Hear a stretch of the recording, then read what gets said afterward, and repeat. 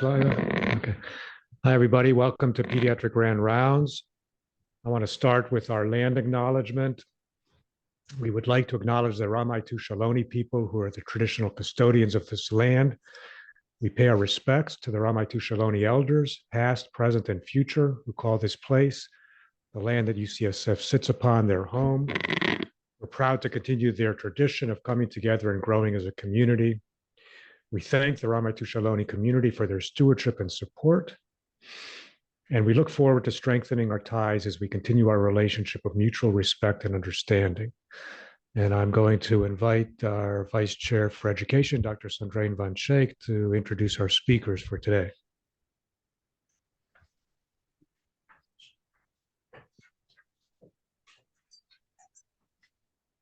Thank you, Rafi, and welcome everybody. I certainly hope that we get a few more people in the live audience here because it's one of our very special pediatric faculty here today who I've known for many, many years. She sent me a bio that I was just like, okay, thanks. Tell me something I didn't know. Essentially says that she's the director of the Joint Medical Program, UCSF Berkeley, which is a fantastic program that helps people getting a joint degree in public health and medicine, and has a fantastic sort of vision and really great leadership. And that's all she said, because Jyoti is one of those marvelous people who is really exceptional in any ways, anyway, and in every way possible, and always very focused on her team. So her bio actually said much more about her team than herself. I just have to say a few things. I know a lot of people who don't just talk the talk, but walk the walk when they talk about equity and inclusion and creating a sense of belonging and doing things that are right. I only know one person, really, only one person personally, who doesn't just embody that in her work, but also in her personal life. And when I recently saw her and said, what did you do over the holiday? She said, oh, I went to the border and I helped with people who are stuck at the border. And I was like, that was your vacation? And she goes, well, I also spent a few days doing something fun with my family, but that was really her vacation. I can't stop talking about how fantastic she is. I've known her for many, many years. She was a resident here at UCSF and the chief resident, and one of the best residents I've seen come through critical care, but I couldn't convince her to join that team. And I'm actually kind of glad, because she has so much to offer to both her patients in general pediatric clinic at the general, as well as to the GMP program and the education community at large. So without further ado, I'm going to introduce her, and I don't want to be amiss and recognize all the fantastic people on the Promise research team that she's bringing with her. Andrea Burns, who is at Baylor College of Medicine, Oriaka Kasosaka, who is at the University of Arkansas for Medical Sciences, Patricia Padovan, who is at Warren Alpert Medical School of Medicine at Brown University, and Candice Taylor Lucas, who is at UC Irvine School of Medicine. And I just realized I did something that just because Jyoti and I are friends, but that I actually told myself I would never do. And it's like, call all these fantastic people by their first name, while they're all really doctors and professors. So they're all really esteemed people in our community who've done a ton of important work around equity in education. So Professor Marvin. Thank you. Sorry. Thank you. Hi, everyone. It's wonderful to be here. And I'm so excited to be with my, I will call them my colleagues, but also my really good friends who are here on Zoom joining us for this grand round. So thank you all for coming. I'm actually glad there are not many folks in the room right now, because it decreases my anxiety level. So thank you. We are really excited to be able to talk with you about the study that we've been working on together. And I think it's been 6 years. We're going to tell you the story of how we came to be. And I'm really glad to be here presenting with this amazing team. You heard Sandrine, thank you for that introduction. You heard or Dr. Van Schaik, thank you for that introduction. You heard a little bit about each of them, but I've asked them all to introduce themselves before they start speaking. We're going to trade off a little bit and talk more about this work that we've been doing together. This is our awesome team. Not everyone is here to present with us today, but many of us are. We have no disclosures to report, and our learning objectives are here. We're going to focus on sharing some of the results from a study that we did together, looking at the experiences of underrepresented in medicine, or UIM, pediatric and med peds residents, focusing on their sense of belonging, inclusion, and community. We're going to talk about some of the institutional and individual factors that impact sense of belonging. And then we also just wanted to celebrate what a group of folks can do working together across the country, dedicated to a project like this one. And so you're going to hear more from my wonderful colleagues, but we came together in 2018 at one of the Association for Pediatric Program Directors, or APPD, meetings. And we were brought together by this common interest in addressing this problem. And if you look at the slide, you'll notice that there's this leaky pathway, and I think we all have heard about this, where we were curious to understand more about what happens so that we start to lose our UIM medical students to residents, to fellows, to faculty. And we wanted to understand both why this was happening, and also to think about, are there factors that we could recommend? Are there best practices that programs can institute to help to avoid this drop off and this problem here? You see in blue on the slide some of the factors that you all are familiar with, that we've already identified, that account for the drop offs. We wanted to also think about what are some of the other factors. And one of the things we wanted to focus on is the idea of belonging. And we've talked a lot about belonging as an institution lately. Belonging, we know, is this sense of social connectedness. And so that's one of the things we wanted to understand better with this study. We know from previous research that belonging is a key factor when it comes to both recruiting, but really importantly, in retaining a diverse workforce. We also know that a sense of belonging is linked to a couple of things, including academic achievement and also just staying in a career in STEM. And so these are the kinds of things that we wanted to explore together. One was, how do UIM residents experience belonging? How do experiences with discrimination impact belonging, and how might they influence professional identity formation? And then what are some concrete strategies that we can use to increase a sense of belonging? And so we, along with the other wonderful folks that you saw on that earlier slide, we all came together and put together this study called the PROMISE study. And it was Dr. Taylor Lucas, who was the one, I think, who came up with our acronym here. And our purpose was to describe pediatric residents' experiences and perspectives on belonging and inclusion in relation to their racial and ethnic self-identities. So I'm going to hand it over to my wonderful, amazing, inspiration colleague, Dr. Taylor Lucas. We joke that Dr. Taylor Lucas really understood the statistics, and the rest of us were like, explain it to us like we're a third grader, no, a first grader. But Dr. Taylor Lucas was like so incredible with all of this. So I will advance slides when you let me know. Thank you so much, Dr. Marvin. And as you asked us to share, so I am also a general pediatrician, and I am additionally an associate program director with our pediatric residency program at UC Irvine and Chalk Children's, and a co-director of a program in the UCI School of Medicine entitled Prime Lead ABC.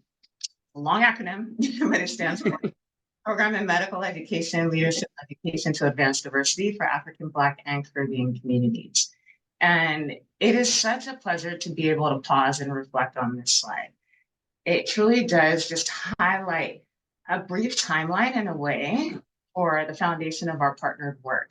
And it's a sign of our anchored passion and advocacy that's aligned with the Association of Pediatric Program Directors, Underrepresented Minorities, and Pediatrics GMU Learning Community. It's humbling to reflect that our work began in 2018 and that we self-branded as a PROMISE study in 2020 at a time that positioned us to engage in scholarship and work while our world was challenged by the impact of COVID-19, by the impact of the murder of George Floyd, by the impact of increased awareness of anti-Black racism, and our ability to literally sadly see increased incidents of anti-Asian hate crimes as well.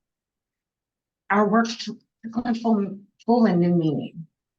And our meetings naturally developed into a space that enabled us to support each other, to foster our resiliency and hope and encouragement as we worked on opportunities to advocate for UIM residents as well as faculty, and to just advocate for our ability to persist. The fun part was that we were generating scholarship, engaging in advocacy, and just spending time with cool people. So there's bonus benefits for that as well. And the results that we're presenting to you today. And next slide. So to get to the specifics, the PROMISE study is a national IRB-approved cross-sectional study of categorical and combined pediatric residents, program pediatric residents. And the study results are based on data collected from a 23-item web-based survey designed to describe residents' experiences and perspectives during training in the clinical learning environment with consideration of their self-identities. The survey was adapted from a study by Soto Santiago et al., which examined internal medicine residents' racial and ethnic identities and perceptions of the clinical learning environment. Next slide.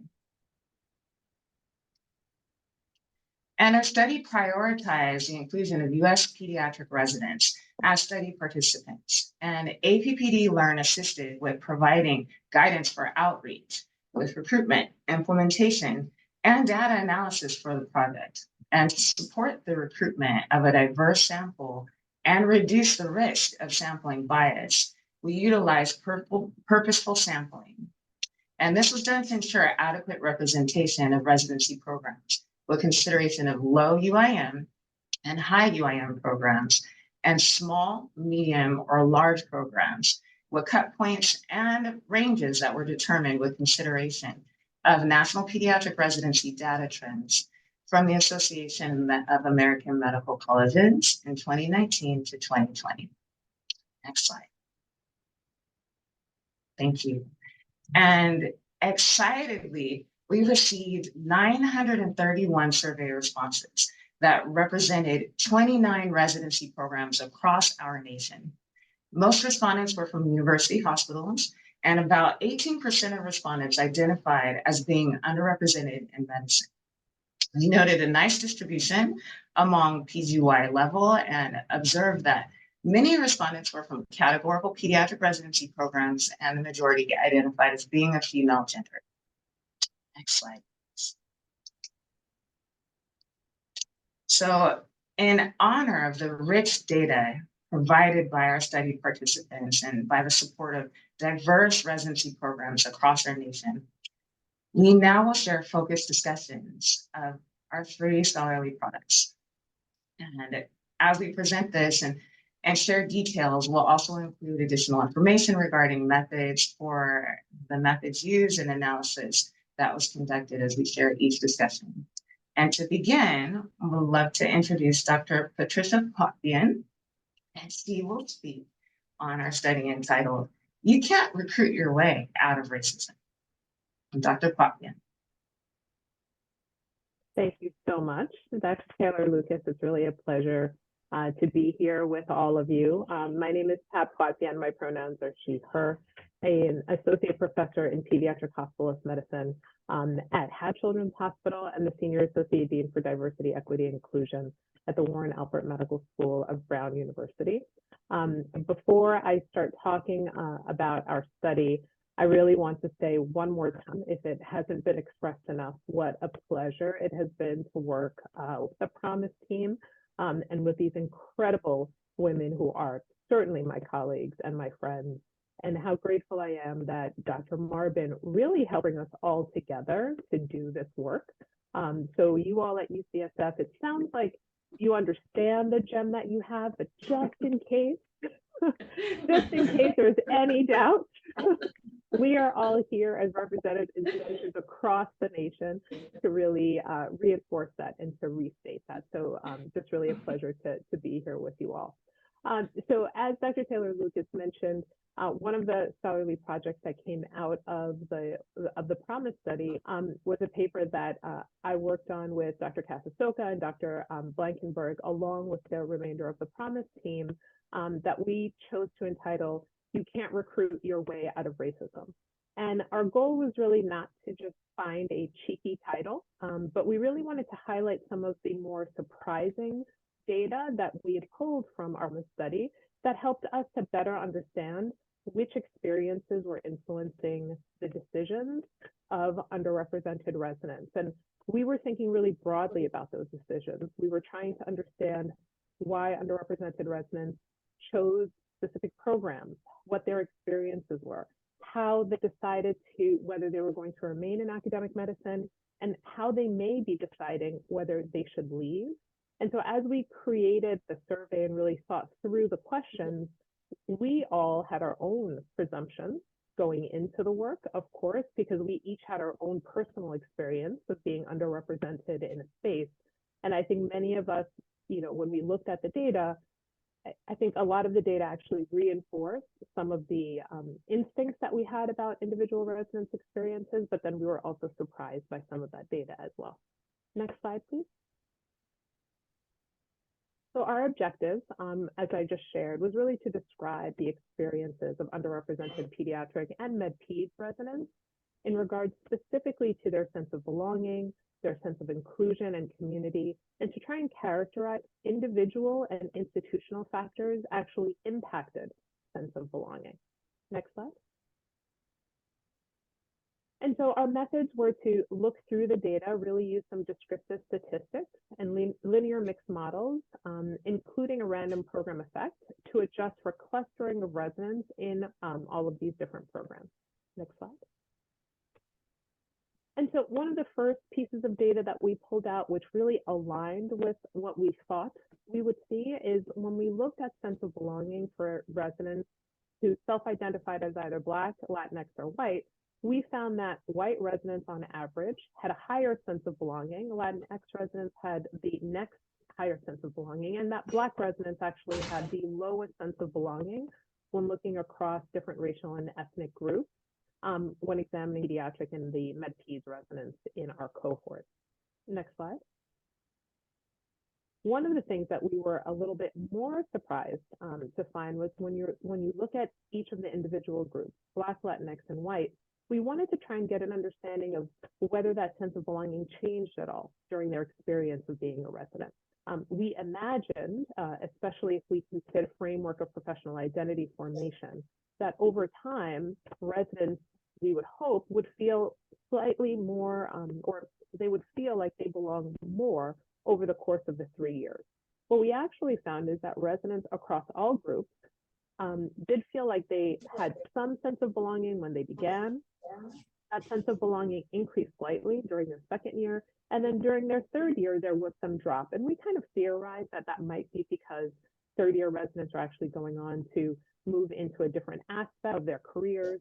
They are transitioning to either becoming faculty members or to being fellows. And so their sense of belonging might be challenged during that third year as they're making that transition. But what we found that was really impactful was that when we broke it down across racial and ethnic groups, that Black residents in their third year, not only did they have a decrease in their sense of belonging, their sense of belonging went way down, much further down than the Latinx and the white group, and actually further down than all trainees at any level of training. So after spending 3 years in a pediatric residency, what was happening is that Black residents in particular were feeling like they did not belong at all. And again, trying to get some understanding of what experiences they had during their training, and also what did they see for themselves within their future within pediatrics that would make them feel this enormous decrease, this real plunge of sense of belonging. Next slide. The other piece of information that we gathered from looking at the different demographic groups was that, interestingly, Latinx first-generation residents had a decreased sense of belonging, which was slightly different than first-generation residents who self-identified as Black or as white. So in those two other groups, it seems like those individuals who are first-generation and also self-identified with a different racial and ethnic group actually did not have such a decreased sense of belonging compared to those who were not first-generation, but for the Latinx group, that certainly heightened that deep sense of belonging. Next slide. And again, not too surprisingly for us, we also noticed that when individuals held numerous minoritized identities, that sense of belonging continued to decrease. So intersectionality is, of course, a very important aspect. We know that each of us brings many different identities into the spaces where we work and where we learn. And for us, what we noticed is that when individuals held numerous minoritized identities, and those identities might have been related, again, to race, ethnicity, sexual orientation, gender, the more of those minoritized identities people held, the less belonging they felt. Next slide. And this is really the slide that sort of blew us away and where the title of our paper comes from. So when we look at this graph, what we're actually looking at is how belongingness factors change based on the number of individuals who are underrepresented in a program. And what we all assumed within the promise group, certainly I did, was that a resident who was underrepresented within a program with a large number of other underrepresented residents, that they would have a significant increase in their sense of belonging. And what we actually realized is that according to our data, there wasn't a significant change. And so residents who were in programs who were underrepresented themselves, whether they were in a program with many other underrepresented residents or way fewer underrepresented residents, that number in and of itself did actually not make a difference in how those residents experienced belonging. Now, this information is specific to the number of other residents who are underrepresented in the program. And so there are other factors, of course, at play we know influence belonging. But right here, what this told us was this sense that I think many of us go into DEI work thinking, which is if we just increase the number of individuals in a space, we will create a more inclusive environment. What this reminded us of is that compositional diversity is actually not the end-all be-all solution to our concerns of belonging, that there are actually other really important factors that are going to influence belonging way more than just the number of people in the room. Next slide. And some of those factors are represented here. So when we actually broke out some of the factors that we were taking into account when looking at our survey that we know influence belonging, if you look at the blue dots on all of these graphs, what you'll find is along the y-axis are all of the different factors and predictors for belonging. And along this x-axis here is actually, for simplicity's sake, we're going to call that belonging from left to right. And so what you'll see is where the blue dots are on the right-hand side of the dotted line are those factors that actually help to improve sense of belonging. So you'll see here, bias training being offered was one of the factors that we noticed helped sense of belonging. A sense of respect, whether the residents who are underrepresented felt respected, improved sense of belonging. Whether those residents felt that their values aligned with the values of their program also improved sense of belonging. And then lastly, whether those residents felt that they were being supported. Those factors that actually decreased sense of belonging significantly were discrimination by peers. And that's something that I think is really important for us to talk about. Although discrimination by patients, you can also see here, was actually not as significantly associated with that decreased sense of belonging, but really that discrimination by peers, that sense of being rejected or thought of differently by your peers, was a significant negative. It had a significant negative impact on sense of belonging. And certainly there was a decreased sense of belonging for all underrepresented residents, as I demonstrated before in our other data. So what we took away from our data was, again, to really think through what is the value of compositional diversity in the absence of all of those other factors that we can clearly see help to improve sense of belonging for underrepresented residents. And our takeaway was that compositional diversity alone is simply insufficient to improve residents' sense of belonging. But there are additional institutional factors that can actually be provided by our programs and by our departments to improve sense of belonging for these residents, including making sure that there's bias training at your program, making sure that there are reporting systems for discrimination to help mitigate discrimination by peers, making sure that residents who are coming into the program, especially underrepresented residents, feel values alignment with the program and that they feel a sense of support and of respect.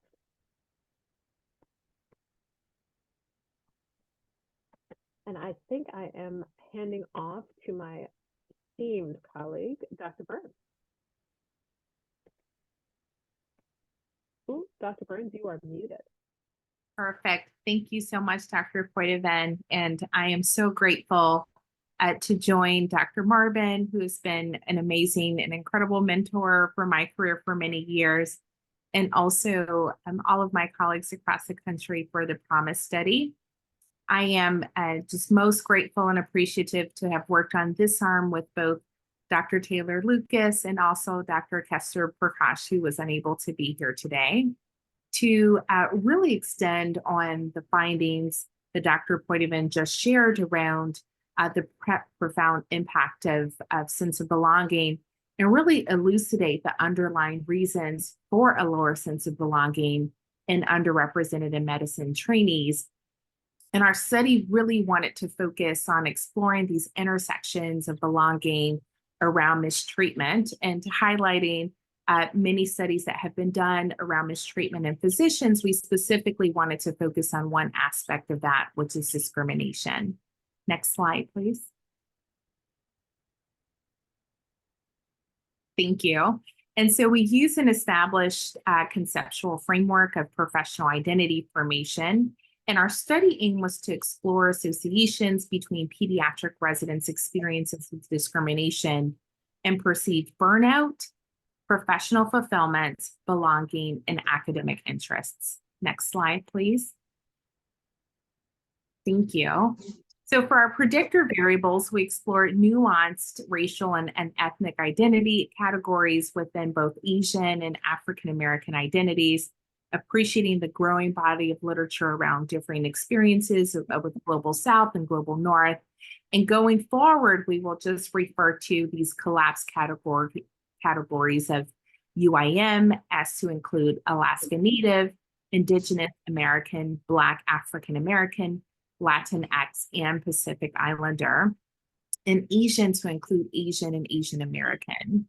And so the subsequent analysis that we will share will include these collapsed components, along with also gender identity, sexual orientation, and also the training setting. And acknowledge, again, similar to the previous data shared, the majority of our trainees were at a university setting.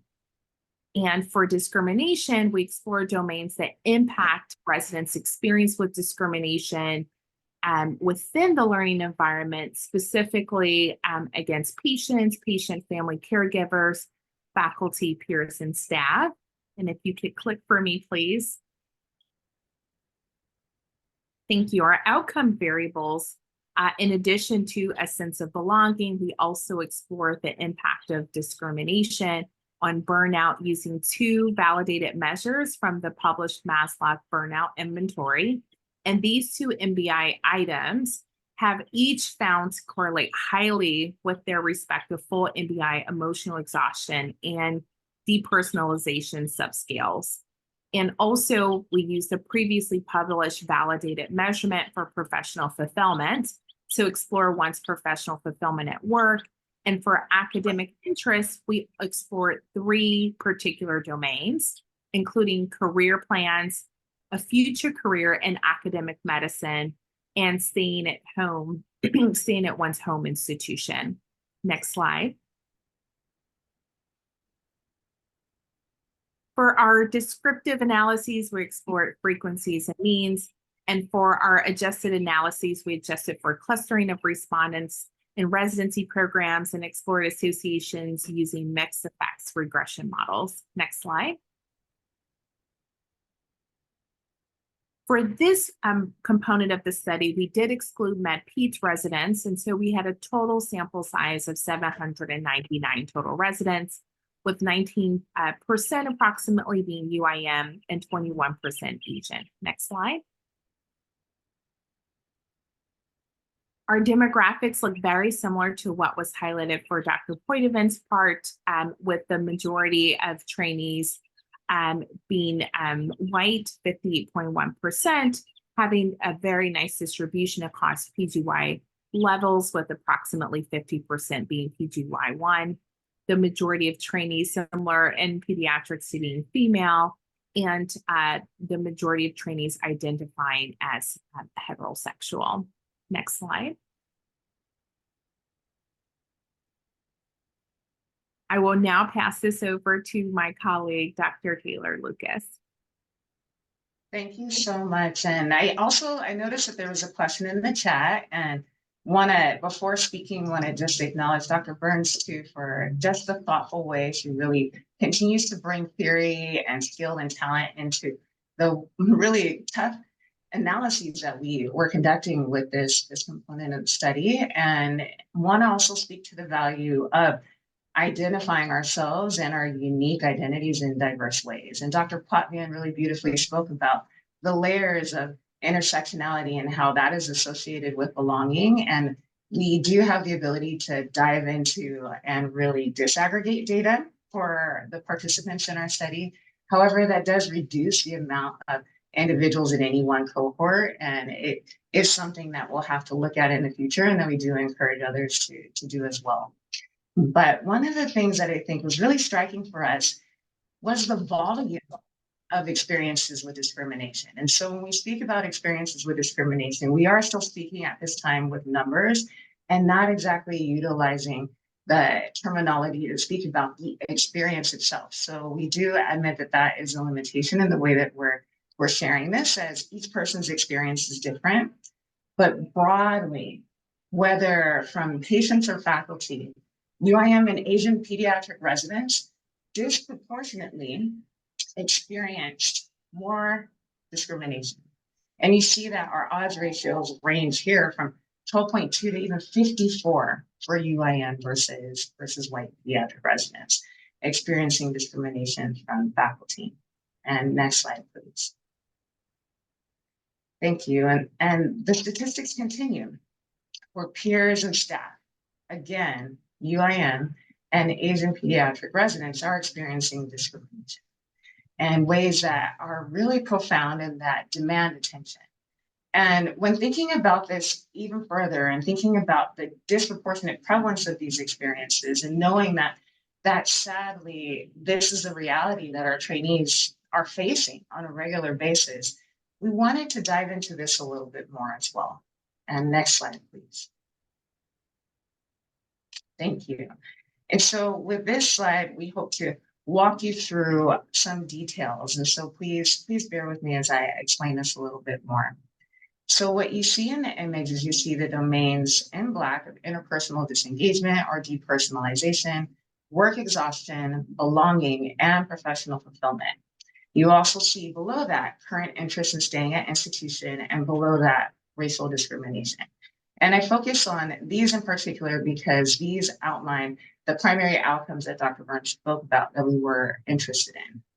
So when looking at this, remarkably, all of those domains across that top bar that I just stated are impacted by racial discrimination, with standardized coefficients that range from 0.35 to 0.47, with belonging being the most impacted. Now, another thing that you notice, again, is that all domains are negatively impacted by discrimination. But it's important to acknowledge that belonging and professional fulfillment specifically are mediators. What this means is that experiences with discrimination lower or lessen belonging. They lessen professional fulfillment. And that is a mechanism by which there is an association with UIM residents on this slide having current interest in staying at their institution. And as we're striving to retain our excellent faculty, our excellent residents as faculty, as everyone has been speaking about Dr. Marvin, and he was a wonderful resident and an amazing chief resident, and that they wanted her to stay in the PICU with them. And we all can think about amazing residents that we would love to stay with us and how they will be phenomenal attendees. We have to consider experiences with discrimination and consider the impact that those experiences have on belonging and professional fulfillment. for UIM pediatric resident trainees in particular. And thank you. Next slide. And for our Asian and Asian American pediatric residents, one thing I do want to pause and acknowledge as well, in a similar way to how a question was raised about being able to disaggregate data, we also celebrate the diversity of our Asian and Asian American and Asian Pacific Islander residents who are in training. Asian Pacific Islander residents are included in our underrepresented in medicine group. For this cohort in particular, we were honestly excited to increase the visibility of Asian and Asian American residents in science, in the evidence that we have, because we also understand that there are limited studies that really speak to their unique experiences as well. And our study identified that interpersonal disengagement and belonging are specifically negatively impacted by experiences with discrimination for our Asian and Asian American pediatric residents. Additionally, belonging serves as a mediator. So again, experiences with discrimination lessen belonging, and lessening belonging, this also is having an impact on current interest in staying at institution. And want to keep this in mind as we think about what can we do? What can we do to address this? We know that having experiences with discrimination are bad. This is not healthy for anyone. We understand that. But being able to address that in a tailored way for our community is extremely important. Next slide, please. Thank you. So in conclusion, and in coming back into this beautiful image that Dr. Burns created, it's important for us to think about how experiences with discrimination impact burnout, professional fulfillment, belonging, and academic interests. And broadly, there's an impact across all of those domains, especially when we think about the volume of experiences with discrimination that our UIM and Asian pediatric residents are having. And in knowing that those experiences with discrimination have a negative impact, we have to also focus on the fact that residency programs that work to decrease incidence of discrimination and to improve residents' sense of belonging and sense of professional fulfillment, they may have more success in retaining residents and fellows as faculty. So for UIM communities in particular, this is crucial for us to consider. And with that, further study is needed to better elucidate and understand experiences with discrimination and what those experiences mean, and to, as Dr. Patvia mentioned earlier, to also explore intersectionality in this context as well. And thank you. And next slide, please. And now I'd love to really reintroduce Dr. Marvin as she gracefully takes the stage. Thank you. Great. Thank you, team. All right, I'm going to talk about our third research project here. And this is one where we actually wanted to focus on some of the facilitators. So we spend a lot of time thinking about what are the barriers to belonging, but we also wanted to know, and since I am really interested in human-centered design, we wanted to know from the residents' perspectives, what are some of those things that help to increase sense of belonging? And so that's what I'm going to be talking about for this study. And this, the first author on this is Dr. Lahia Yamani, who's not here with us today, but she's enjoying vacation as she should. All right, so our objective with this third study was to try to think about what are some of those programmatic measures. You know me, if you know me, you know that I'm a very practical person. I like to know, like, but what can we actually do, right? And that was a big thing our whole team wanted to be able to come out with, is what are some best practices? What are some things, especially from the perspectives of UIM residents, that do help to move us towards an increased sense of belonging? And again, we wanted to focus on facilitators. There's a lot of literature around barriers, but what are the interventions that we can start looking at? And so what we did is, with our survey, we had an open-ended question that asked, what are current measures that promote a sense of belonging for the UIM community in your training program? And we analyzed those responses using content analysis. We came up with 7 themes that I'll share with you in just a few minutes. You've seen our table 1 already. I'll just note that we had over 140 unique responses. So some people responded but had like 3 ideas. So we coded each of those as a unique response. They represented 22 residency programs, and they represented responses from residents in both those high UIM programs, so that was over 15% UIM, and from the low UIM programs. And so these are the 7 themes that emerged. So the first thing that emerged, so one of the factors that residents reported that helped to move them towards a sense of belonging is around critical mass, and this idea that Dr. Potvin talked about in the first paper we discussed. How many folks share your identity who are around, right? And so importantly, this is still a very critical element that we need to pay attention to, and it is one of the 7 themes that came out. There are some quotes up here that I hope you're able to read. I'm not going to read through all the quotes just in the interest of time, but a critical mass not only of other UIM residents, but also of faculty and staff as well. The second theme that came out was a focus on recruitment of UIM residents as a priority. So even if programs didn't have a large number of UIM residents, it meant a lot to the residents in our study when there were concerted efforts being made towards improving recruitment. The third theme that came out was around social support. So things like diversity committees, racial affinity group caucusing was brought up, UIM specific gathering. Just creating spaces for people to connect around their shared identity was another important theme. Mentorship is a theme that I think we've seen a lot in the literature, and indeed it came up for our study as well. So mentorship, again, both by UIM faculty, very important, and also from non-UIM faculty. So thinking about what is the role of mentorship, that is something that our residents reported was really important to them in terms of creating a sense of belonging. Number 5 is around leadership. We all know how important leadership is, and there were 2 elements here that we wanted to highlight. One is around having caring and responsive program leadership. So again, regardless of the identities of program leadership, having people who care, who have an open door policy, who are there, show up for the residents and wanted to, show up to talk with them and are able to make connections, that was super important. And of course, also very important is having UIM representation in leadership as well. Number 6 is around education. Many of us are interested in education, and one of the themes that came out was around including education, and I'm going to pull these apart.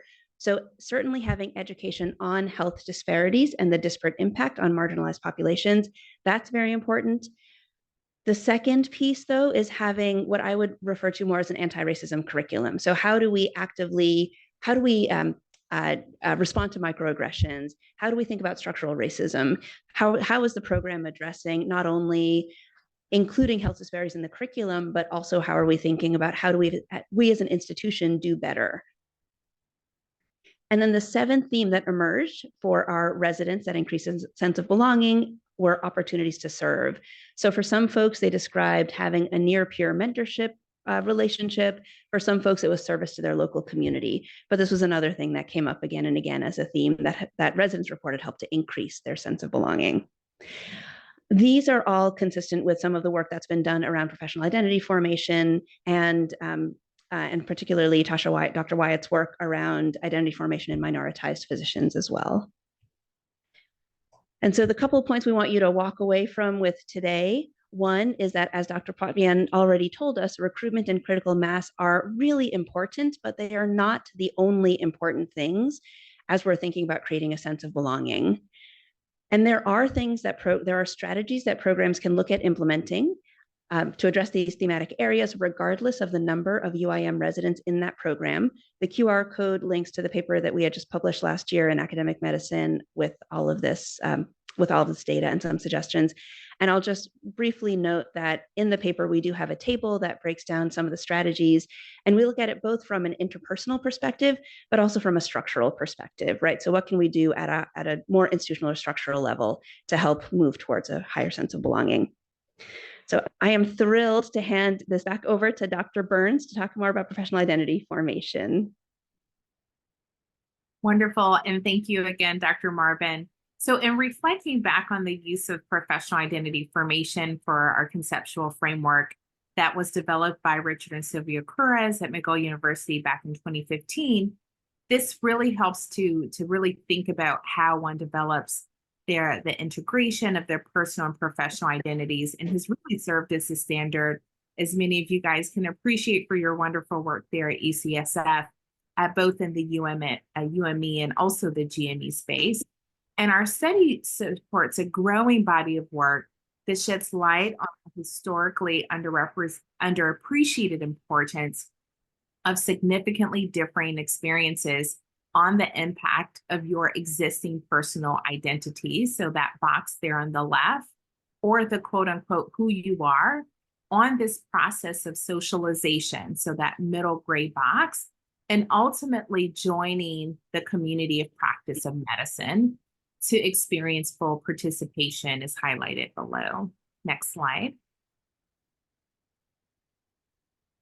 So in looking at the factors that impact socialization, which Chris highlighted is most pivotal during residency education, in the professional identity formation framework, our work highlights the deleterious impacts of heightened discrimination experienced by, and looking here on the bottom right, these attitudes, and specifically what we highlight in the mistreatment space around discrimination from patients, peers, health professionals, and then also looking at the upper part of this diagram in the middle from that of faculty, which we associate in this space of role models and peers, and how this can have strong implications on one's personal and professional identity.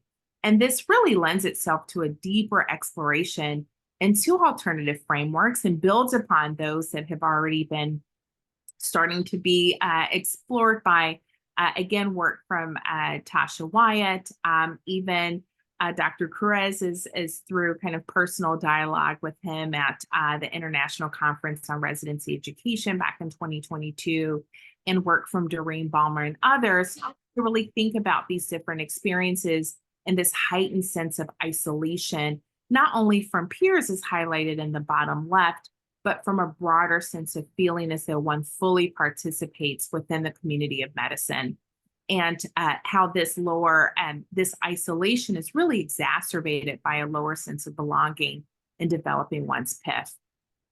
Next slide. And so I'll turn this back over to my esteemed colleagues. Thanks, Dr. Burns. I'm really excited to close this up and really get to talk about where we're at now and where we're going as we move forward with our study.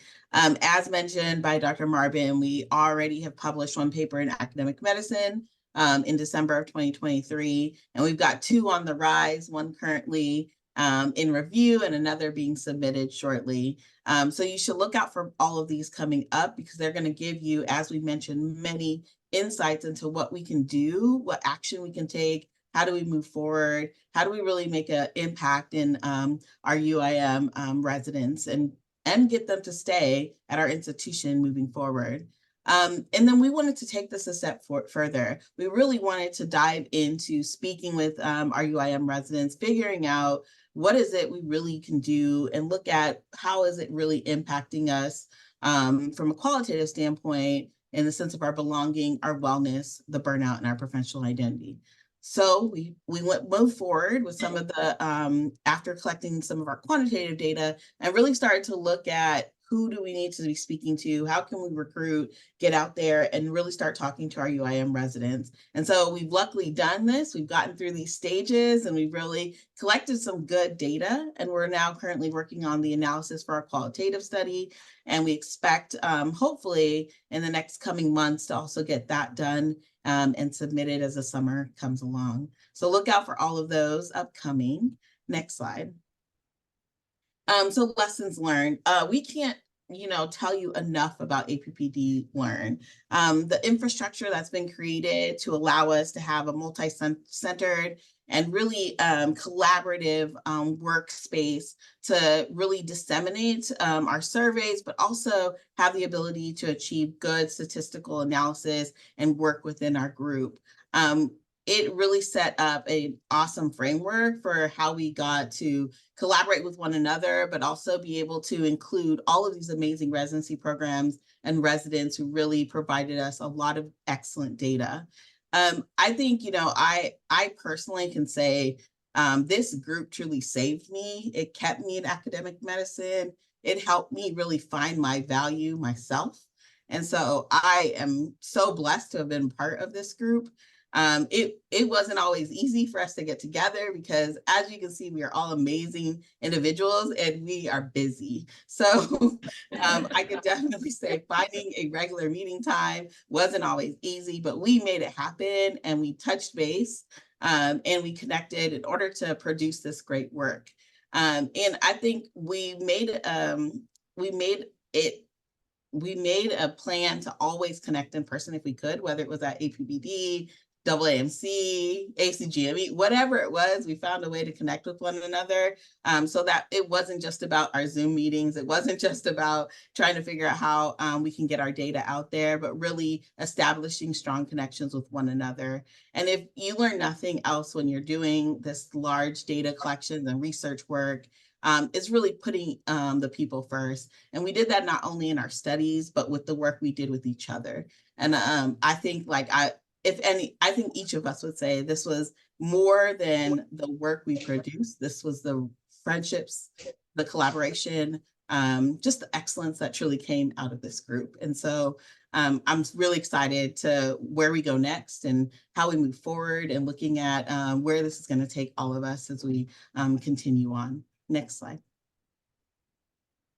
And lastly, we wouldn't be where we are today without many, many people. APPD Learn really supported us in making this happen. The underrepresented medicine learning community for APPD was where this all started. And so we have to give props to them for coming together and for bringing us all together. And then, of course, our data couldn't have happened without residency program directors and pediatric residents. And so we're really thankful for them in supporting our recruitment and participating in our study. And that's all, folks.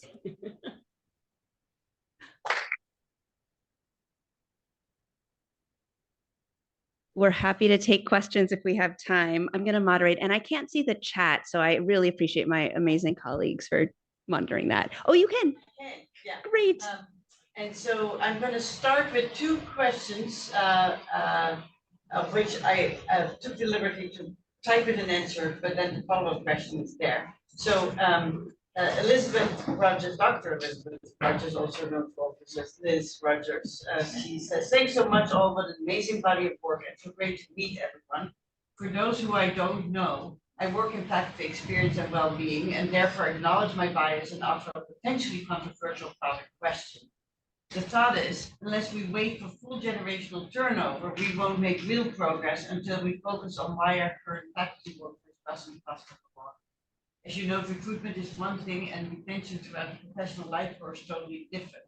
So efforts, rather than focusing solely on trainees, may find more long-term solutions by also focusing on faculty experience and perspective. Question, how can we engage our faculty in this work to synergize and align with our trainees?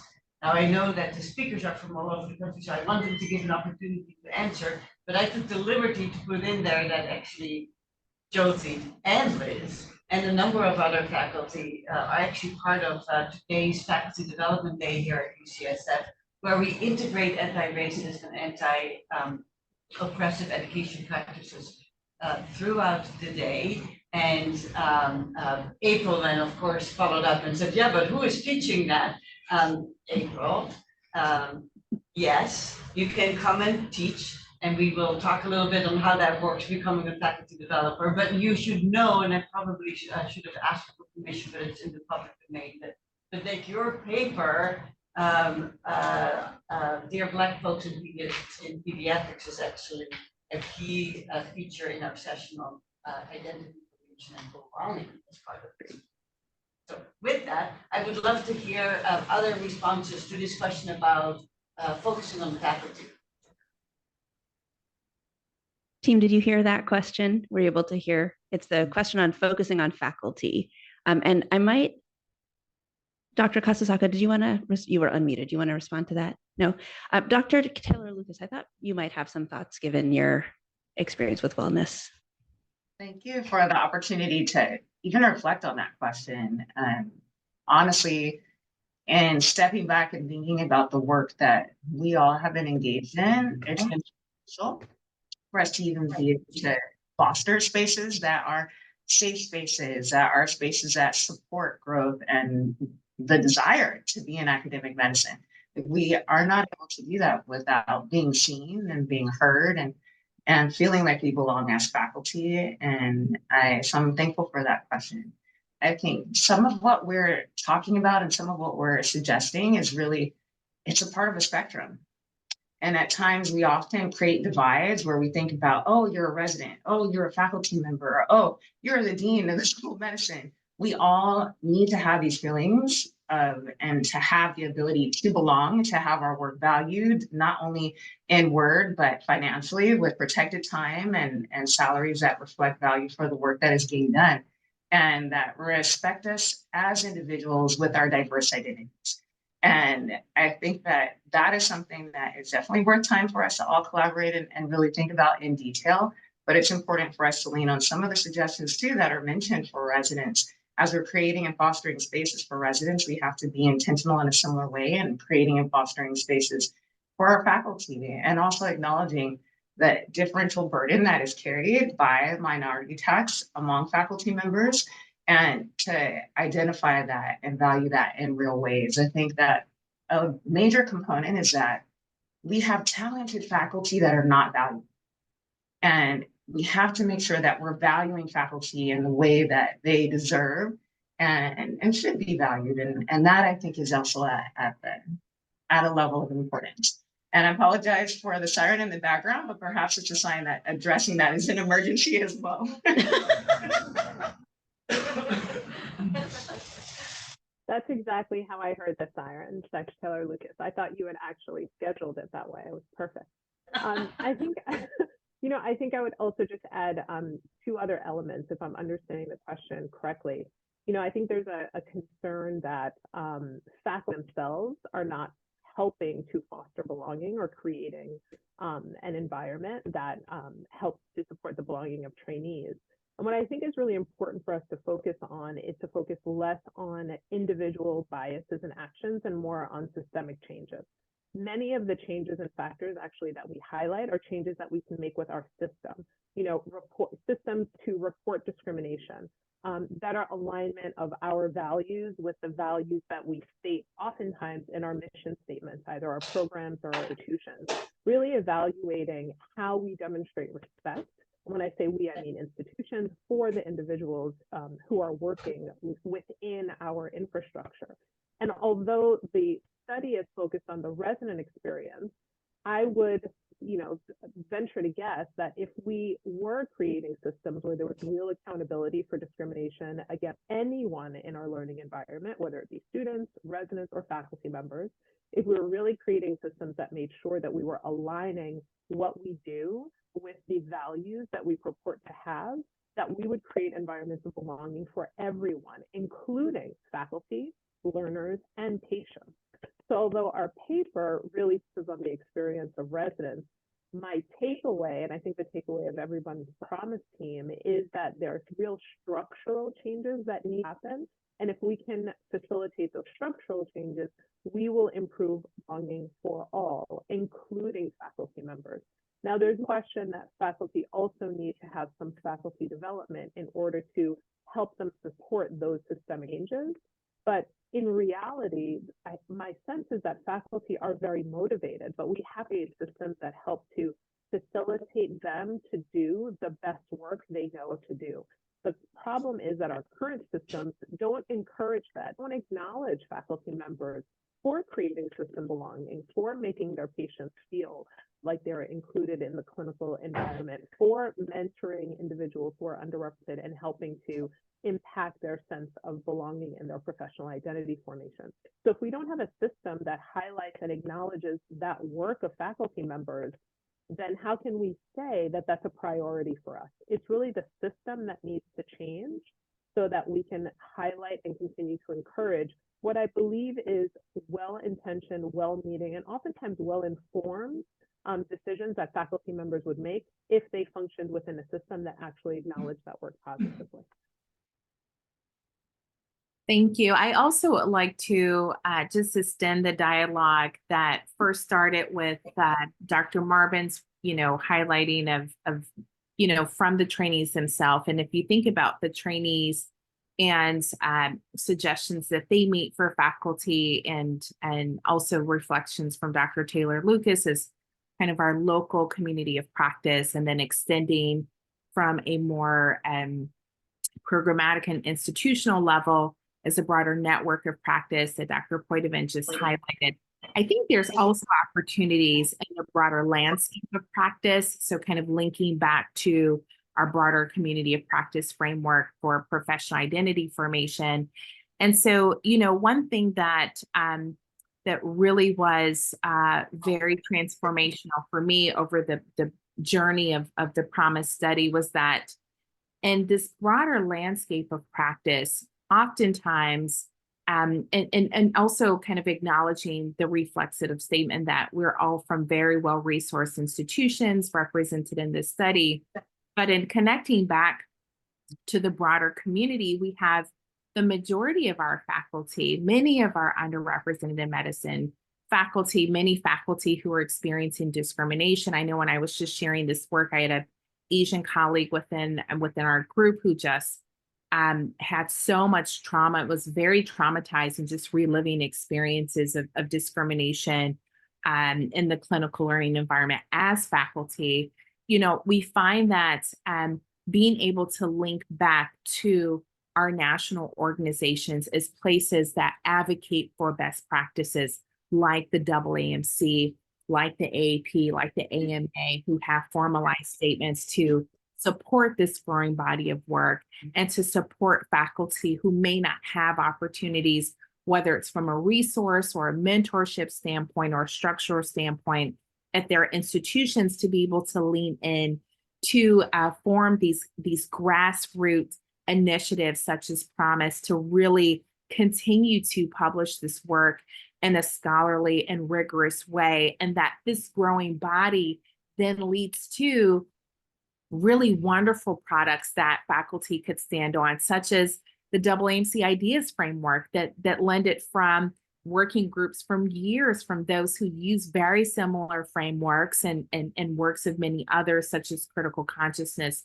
to really strengthen and extend our work. And so I just rally faculty to lean into our professional societies, such as the APA, APPD, many others that are affiliated with PAS, to continue being a part of this work in a very scholarly and rigorous approach, and also for emotional support, professional support, until we could see that trickle down back at individual institutions to have that more holistic sense of well-being. I'm cognizant of the time, and I know there's more questions on the Q&A, although some I think have been addressed by some of your comments, which include this idea that we really actually need to recognize and reward this work, and that requires institutional change. Dr. Lee Atkinson here asked about, like, how do we balance this work, right? But especially for UIN faculty in the minority text, which was my response to April, like, yes, we'd love to have you, but I'm always wary, you're doing so many different things. So lots of work to be done. I am really excited though about the promise of your work, because it's really a big step forward to have this data and the brief recommendations that we can work with. Josie, any closing comments for us? No, just thank you all for your interest, for your support. I can't thank my amazing team enough.